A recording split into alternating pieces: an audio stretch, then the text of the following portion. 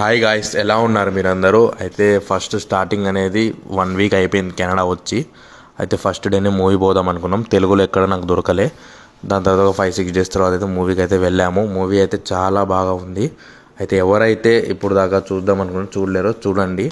ఒక లైక్ మన మంచిగా గ్రాఫిక్స్ లెక్క ఉంది. మూవీ కూడా చాలా మంచిగా ఉంది.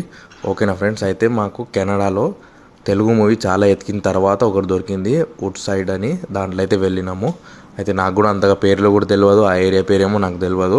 మా ఫ్రెండ్స్ అయితే తీసుకుపోయారు క్యాబ్లో, నేనైతే వాళ్ళ త్రూ వెళ్ళాను. ఇంకొకటి వచ్చేసి మూవీ అయితే చాలా బాగుంది. మేము వచ్చేసి మొత్తం హైదరాబాద్లో 7 to 8 ఫ్రెండ్స్ అయితే వెళ్ళాము. అయితే ఇవన్నీ మీరు చూసి నేను కూడా కెనడా వస్తాను, నేను కూడా ఎంజాయ్ చేస్తాను అనుకుంటారేమో. అంత ఏం ఉండదు ఫ్రెండ్స్, ఇండియా లెక్కనే సేమ్. కానీ ఏంటంటే ఇక్కడ మనీ మనం ఎర్న్ ఎక్కువ చేస్తాం, కానీ అంతే ట్యాక్స్ కడతాం. లైఫ్ అట్లనే ఉంటుంది. కొంచెం నార్మల్ లైఫ్ లెక్క ఏమి ఉండదు. లగ్జరీ ఉన్న ఖర్చులు అయితే అంతే అవుతాయి ఫ్రెండ్స్. మీకు మిలిగేవి ఎక్కువగా ఏం మిలగవు, తక్కువనే మిలుగుతాయి.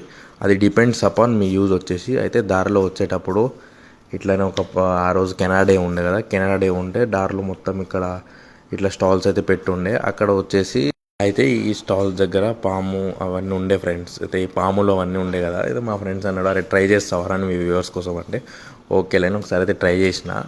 మీకు ఎలా అనిపించిందో కామెంట్ చేయండి. ఇంకా వచ్చేసి